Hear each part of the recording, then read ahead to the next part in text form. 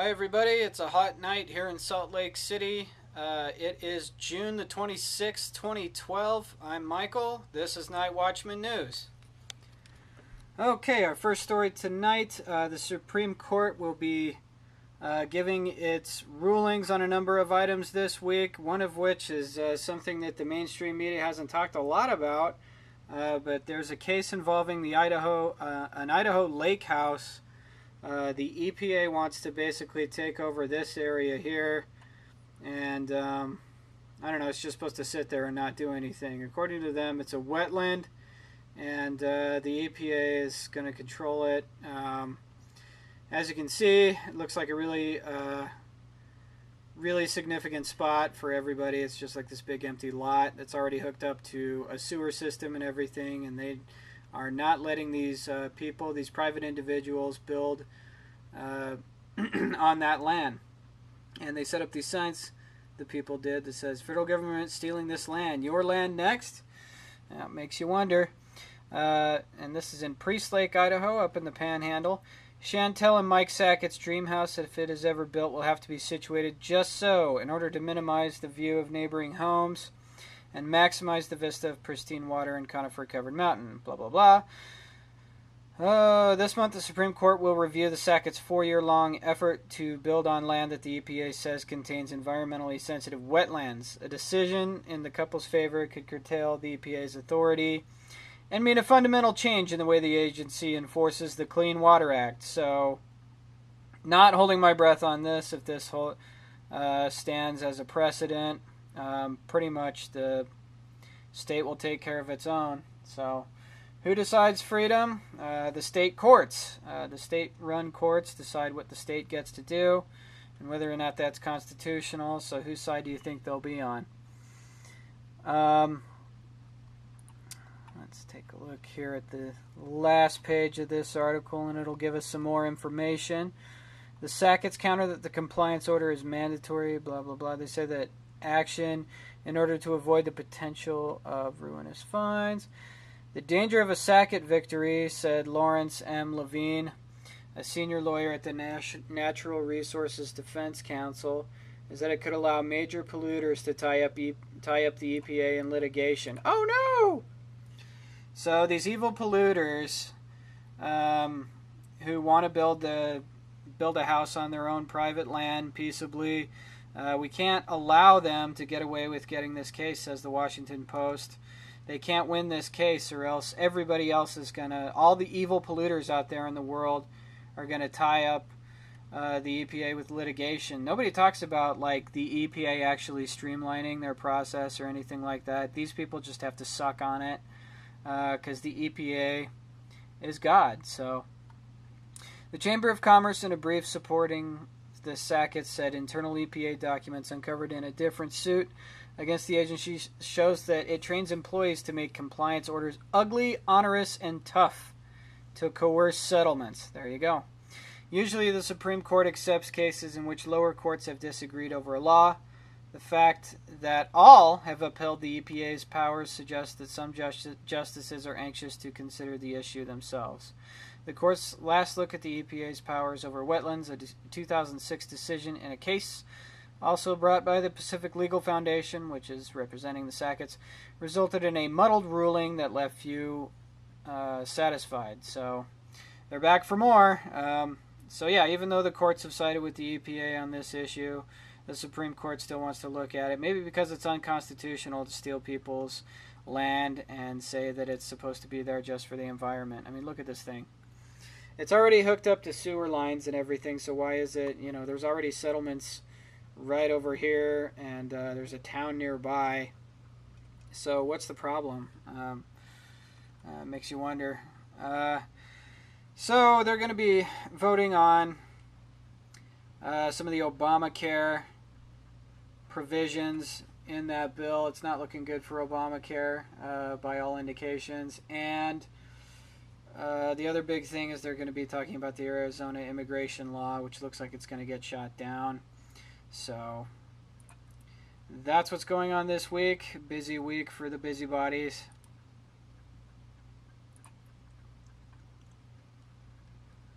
Okay, this report, also from the Washington Post, our faithful globalist propaganda arm, is going to be talking about how infighting on the Obama team squandered a chance for peace in Afghanistan.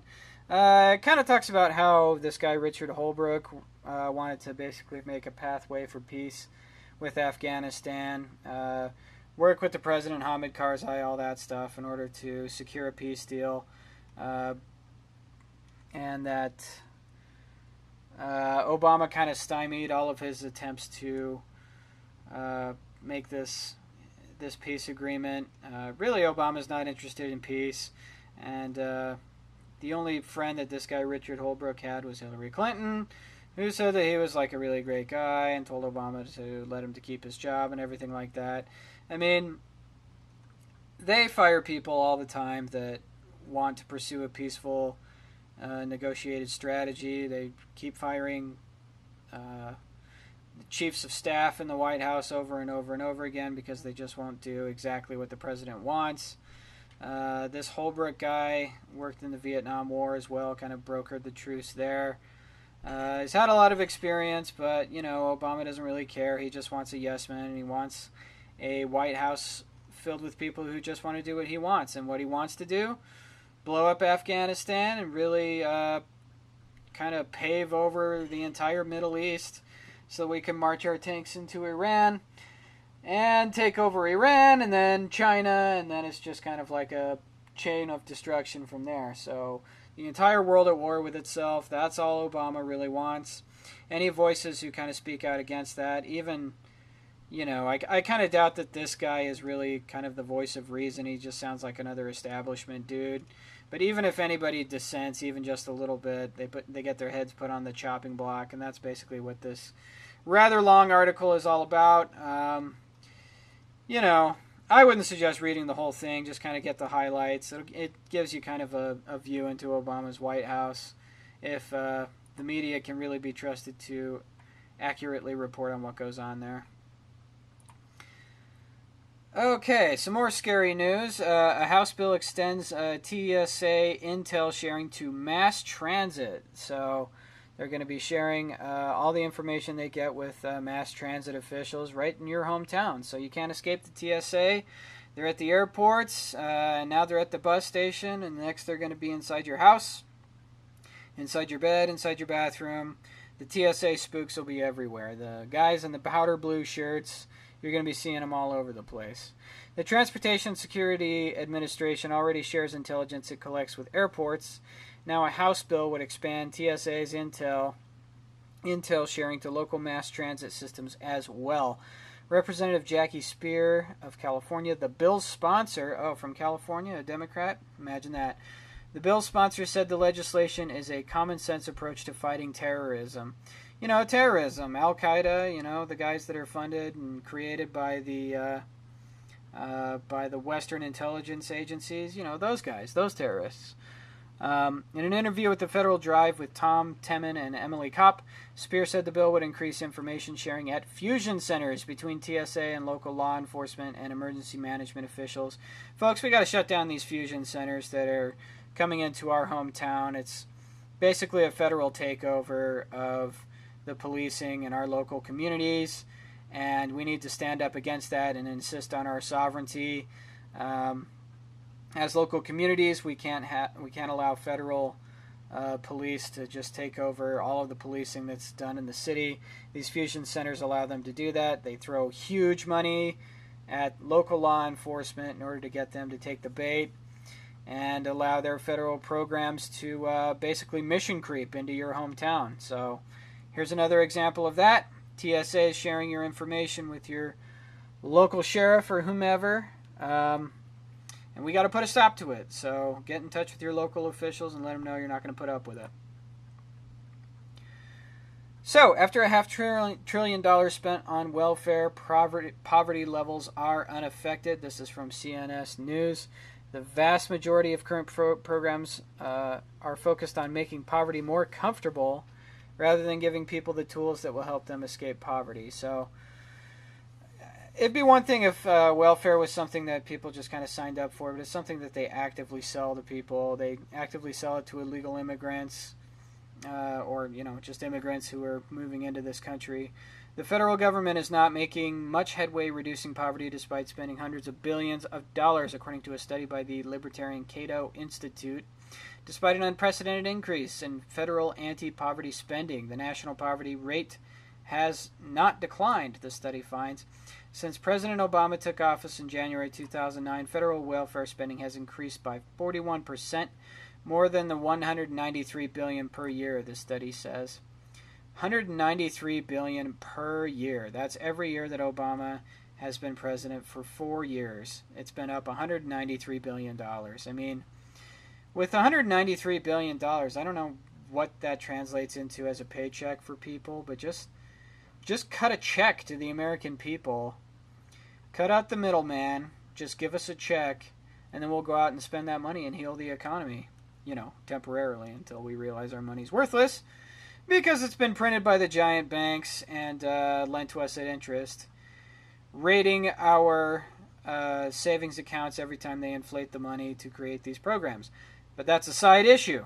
Federal welfare spending, according to this report, in fiscal year 2011 totaled $668 billion, spread out over 126 programs, while the poverty rate that remains high at 15.1%, roughly where it was in 1965 when President Johnson declared a federal war on poverty. So this is the Great Society. This is what President Johnson hath wrought. Billions of dollars of waste and no end in sight for poverty. Just another way to make poverty more comfortable as part of the legitimization function of the state. Now, before all of you liberals start attacking me for this report, I think you should know that the social safety net existed well before the Great Society and before President Johnson. Americans and people in other cultures have supported each other, the less fortunate, for hundreds of years before the 20th century, and they did it through peaceful, voluntary, private means, and they didn't waste billions and billions of dollars and countless overhead. I can guarantee you there's a lot of waste and fraud going on here, trying to combat a problem that wouldn't exist if the government didn't print our money and give it to foreign bankers and run our economy into the ground with the military, industrial, security, prison complex. So there you have it, and that is the truth.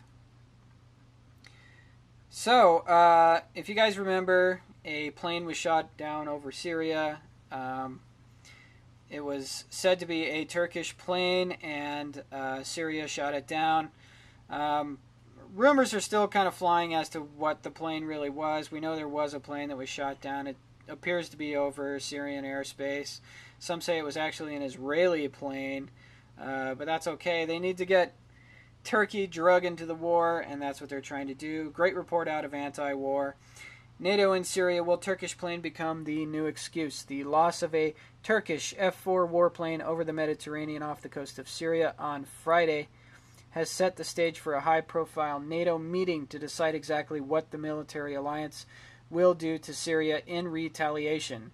The details of the shoot-down aside, the meeting gives the alliance what many members have been seeking, an opportunity to argue a plausible reason for a military invasion of Syria and NATO-imposed regime change. So this is their dream, is to brew up this false flag, Gulf of Tonkin incident thing. I mean, even if it is real, we're talking about a plane illegally flying over Syrian airspace, doesn't even belong there. And if it gets shot down, suddenly there's a big humanitarian crisis, and we all need to go to war with Syria. So don't buy into the main narrative, the hype that's being put out by the mainstream media, and don't listen to NGOs such as Amnesty International, who are asking you to give money to help all the poor people in Syria who are being attacked by the pro-Assad forces within the state, because none of that is true. And if you give money to Amnesty International, it'll just disappear right into the pockets of NATO and they will use your money to launch a war. You will be funding a war on the Syrian people if you choose to give your money to these NGOs. So if you really care about Syria, and I hope that most of the people that are listening to this broadcast do, get yourself informed and get the real message out there that we are not going to be lied to about Syria.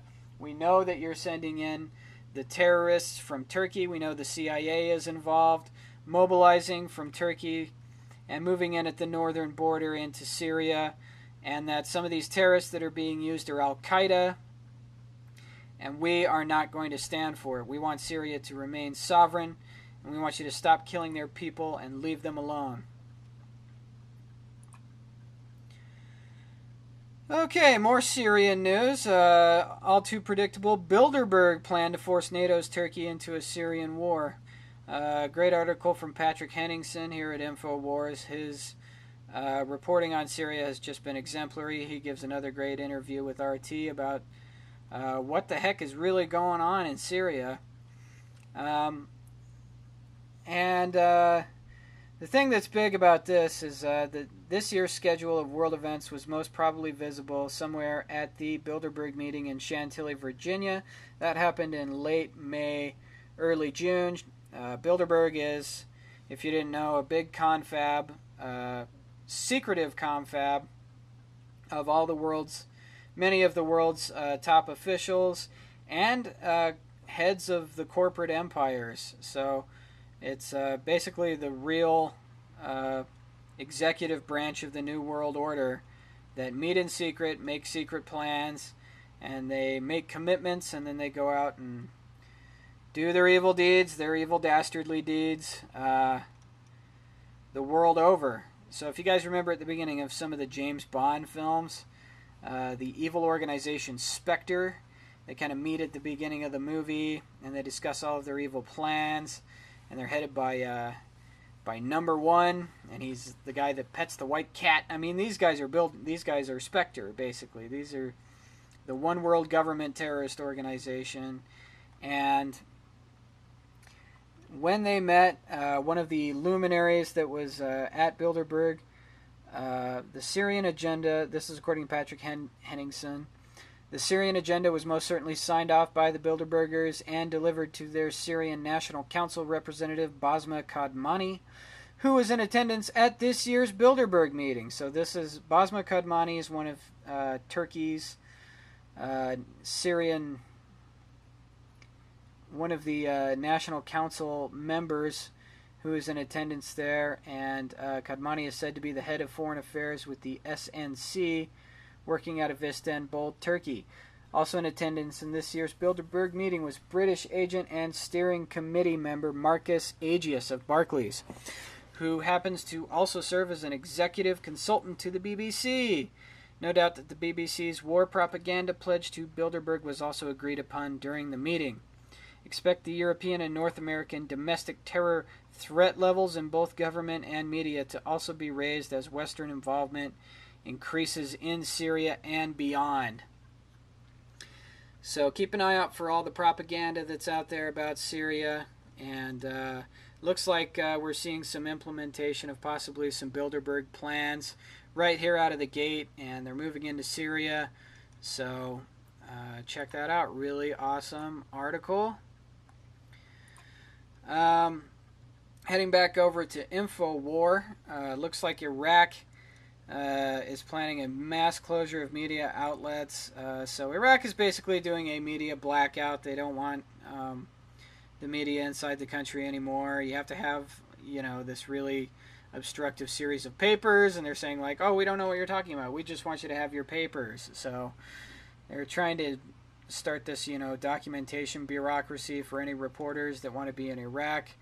The government of Nouri al-Maliki is barring free speech actively inside Iraq. Iraqi press freedom advocates are loudly protesting today, and this was from the 24th, today after the news that the Iraqi Communications and Media Commission has ordered police to close 44 media outlets nationwide. So they are shutting down the free media in Iraq. They're probably going to install their own state media, and Nouri al-Maliki will transform into another Saddam Hussein, only he'll be worse because he's going to be going along with the globalist system and basically doing the same thing that Saddam Hussein is, poisoning, murdering, raping his people. Look for that to start happening in the years ahead. But he'll still be getting kickbacks from the Western governments and basically pave the way for countries like the United States and organizations like NATO to move into places like Iran. Look at this place. I mean, it's just a hotbed. Turkey, Iran, Syria. We're just going to take over all of this. It's all going to be a staging area for us to move into Iran. Once we bulldoze Iran, oh boy, the world is our oyster. We're just going to kill everybody. And when I say we, I mean the globalist, technocrat, criminal organizations that have taken over our government. It's not our government anymore. It belongs to the New World Order. And we need to insist on our sovereignty and bring the troops back home. Get out of these foreign entanglements and focus on really protecting America. Okay, this is a great article out of Lew Rockwell. It's called The True Source of Monopoly. Basically, it talks about how much money they spend on the lottery in Florida and how they're busting up free, voluntary lottery systems, I guess, that are set up by citizens in Florida. And they just want to institute a monopoly. So, let's see. There's no such thing as a free market monopoly, says the writer Thomas De Lorenzo here. And there never has been. The notion of free market monopoly is especially ridiculous in today's age of globalization, where competition can spring up from anywhere on the planet as long as governments do not interfere with the free market by prohibiting competition, as they often do in myriad ways. Monopoly has always been solely a creation of government. So, okay, it talks about the lottery situation here, but it also just gives you a rundown about how the monopolist system works here in the United States and the world over.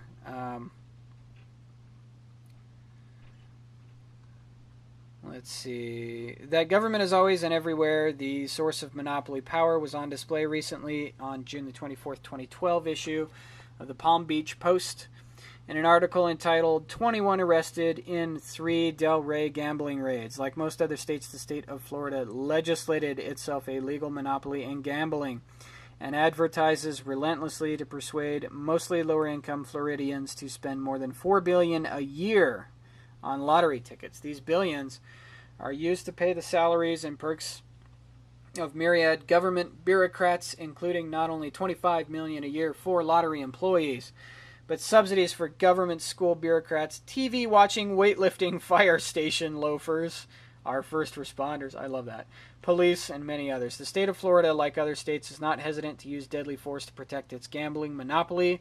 As such, it is no different from any other criminal gang that protects its monopoly profits from illicit drugs, prostitution, kidnapping, extortion, etc. According to the article in the Palm Beach Post, the state's lottery police got wind of a private lottery game called Bolita taking place in the back room of a hair salon. Oh my gosh! The terrorists are at the hair salon. They're doing their own private little gambling ring. That's terrible. The game involved about a dozen people and a bag with 100 numbered marbles. The people in the room were putting money in on gambles as to what numbers would be pulled out of the bag, just as the state lottery does several times a week, but on a massively larger scale. So this is what your police force is being used for in Florida and in other places, is to bust people who are doing non-violent, voluntary behaviors. These people are basically playing marbles in the back room of a hair salon, and that's what the weight of the government, what the government throws its weight behind, is going after private citizens who are just trying to get ahead, make a little money, have a little fun. The government doesn't like that. The government wants a monopoly over everything that you do, especially stuff like lotteries, and this article lays it all out for you. Okay, this is a really fun story from Fox. Drones vulnerable to terrorist hijacking, researchers say.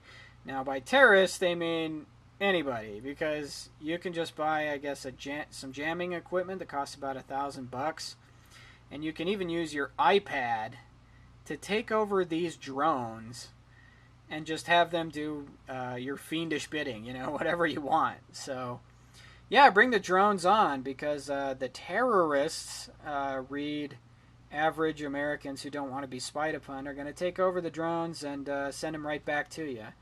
You know what I'd like to do is take over some drones and head over, have them fly right over to Janet Napolitano's office and spy on them and see what they're doing.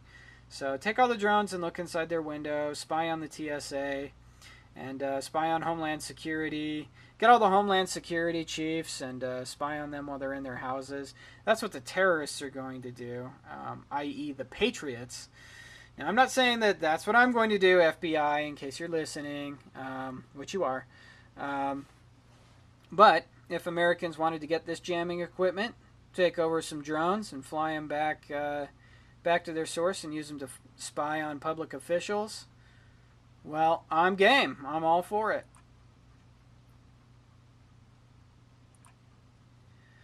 Okay, this is another great article.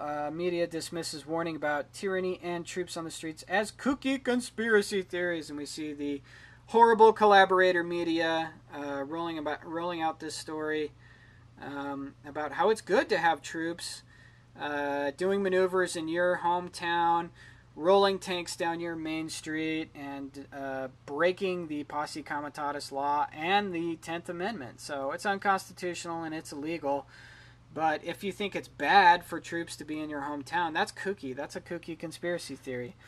Chad Garrison's critique of the news that the Army is driving military vehicles through the streets of St. Louis, Missouri, is typical of the media response to this outrageous event. So let's check this out. Yeah, check out this video. It's really gonna make you sick. Friends, life is short. What the heck is this guy doing here? You can't afford to put off what God's put in your heart. This is really the sponsor? That's crazy. With things holding you back, you have seeds of greatness on the inside. These preachers are just like total shills. Okay, here we go. It's a military mission in North St. Louis. Heavily armored vehicles are rolling into town, and while they come in peace, there are all kinds of rumors about why they are here. Shoot to kill, we come in peace. Nolan is live somewhere in St. Charles County, where he got an up-close look at the military vehicles. Casey? Yeah, Mike, in order to get that up-close look, we've agreed not to say exactly where in St. Charles County we are tonight and where these vehicles will be parked overnight. The Army doesn't want that information to be made public for security reasons. Whoops, we better not ask questions. We can tell you why they are here. Now, this may not be such a huge deal that these rigs are in town, if not for the speculation that was coming via the internet today. St. Louis police first put not out the the internet. word that people may see these armored security vehicles in their neighborhood, especially near the Army Reserve Armory in North St. Louis on Goodfellow. But that was about all the information they released. On the KSTK Facebook page, in just a few hours, we had more than 100 people weighing in on what was going on, with comments ranging from people saying they would stop and salute if they saw the vehicles, to others worried this was the beginning of martial law. Well, it turns out this is a group of military police in from Fort Meade, Maryland, and they are here to train members of the 354th MP Company here in St. Louis on how to drive these rigs, a military's driver's ed of sorts, if you will, on the highways and on city streets. They are not loaded, they are not armed in any way, but the Army says that does not mean they aren't dangerous. That vehicle is over 32,000 pounds. If they see that vehicle, it is harmless, but... Yeah, that's enough. Okay, so the government sends the military into our hometowns and rolls tanks down our streets, but if we think that it's a bad idea to have martial law, well, we're crazy conspiracy theorists. Nobody be alarmed. Everybody go back to sleep and don't worry about a thing. So let me tell you something. They go around and they talk to people that are like, oh, I think it's a good idea to have the military here. They're like the cops. Maybe they'll get rid of some of the crime around here. I mean, why do you think that they're having these maneuvers right in the middle of town? Because it's not a maneuver. They have these giant military bases where they can do whatever maneuvers they want. The only maneuvers that they could possibly be doing is it's basically just a show of force to show that the military is the new police, and we are going to move in, we're going to take over your town, and everything's going to be martial law. So people that are concerned about that, and they minimize like how many people are concerned about it. When you read this cat's report, this let's see, this Chad Garrison guy, he says, like, look at all the crazies on the internet that are concerned about this. Army training on St. Louis streets stokes conspiracy theorists. Oh, those crazy conspiracy theorists. And he's saying, like, the military basically keeps us safe. Everybody else should just shut up. But he just gets blasted here in the comment section. Is great. I was expecting some kind of counterpoint or maybe some investigative journalism of your own. But this is the RFT. What do you expect when the military runs drills out in the open but keeps things hush-hush when asked about it? Of course people are going to get worried. Do you live in some kind of hipster alternate universe where all is peachy and the music is mostly awesome? In case you haven't noticed, things seem to be getting crazier in the world every day. Also, if you tagged martial law instead of martial law, it might have been more interesting. So this guy doesn't even know how to spell martial law. And, yeah, there you go. So the morons in the mainstream media are coming to your hometown as well. These teleprompter readers are also a part of the globalist machine, and they will lie to you every chance they get. So, but we're awake, and what that thing shows is that the people that are actually reading the news are aware that there's nothing but lies going on, and they're sick of it, and they want these reporters to come clean about it. Okay, I'm going to talk a little bit about Aaron Sorkin's new show, Newsroom, which is kind of getting a lot of attention because it premiered on Sunday. In the interest of full disclosure, I should tell you that I haven't seen an episode of Newsroom.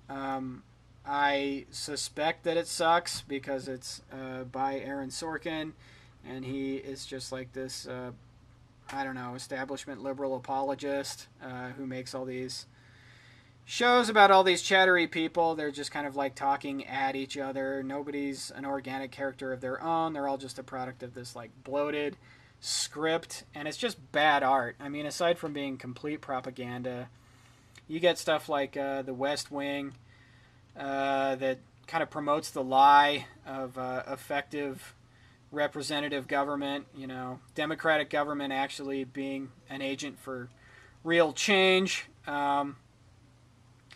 And it's just hogwash, you know. So basically the show centers around this dude played by Jeff Daniels, and he is yet another luminary, you know, yet another bright middle-aged guy in a Sorkin narrative who's surrounded by a bunch of eager young staffers and sort of his spunky gal pal, and they talk way too much talky in all of these shows that Aaron Sorkin produces. And it just basically is this lie that these guys want to, and it's supposed to mirror CNN, which is the funny thing, that these guys actually want to tell the truth, and they're on the media. They're on a big, giant media platform, and they're just going to take it by storm and start telling the truth and start informing people. I mean, the subtext in all of this stuff is that Americans are dumb, that we're responsible for the low level of political discourse that we see on television, but we are force-fed that stuff all the time, all the stupid pundit shouting matches that are supposed to represent real dialogue from places like Fox and CNN. We're just supposed to swallow that as being the real narrative. But the fact is that Americans are leaving in droves. CNN has the lowest ratings that it's had in 15 years. And Sorkin, I guess, is too dumb to figure that out, is that people are actually going to the new media. They're going to internet sites. They're visiting places like Night Watchman News to become more informed and actually cut through the globalist narrative that's being promulgated out there. So, and, you know, I haven't seen this show. I really shouldn't get too excited about it. And I guess it is entertainment news. There's a lot of really important stuff going on. And I've got 3 articles on Newsroom for this post, but I just really hate Aaron Sorkin. and I hated The West Wing. And even though I haven't seen the show, I'm pretty sure I wouldn't like it either. And America actually doesn't like it either. Newsroom open to really lackluster ratings because nobody really wants to believe that the mainstream press, or like these Mavericks and stuff, we're pretty aware that they are liars, and we don't want to watch a show that just promotes that same propaganda over and over again. So the reason why I haven't seen this show is because I do not have HBO, because I can't afford the premium propaganda. I just have to get the regular stuff. What the heck is this thing? Come on, leave me alone. Boy, some of these websites. Okay, stop the script. Stop. How about let's do this? Okay. Alright, now we're there again. Okay, so this just basically talks about how it had only 2.7 million total for the night viewers, which isn't very much. Alright.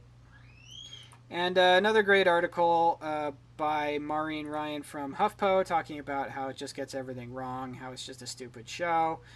For all the reasons that I cited: bloated script, aggrandizement of, you know, people that are already establishment figures. And man, the internet is just freaking out. I'm just going to have to turn it off. It is so hot in here, you guys. I think my computer has just had it. So maybe this is a good time for us to stop.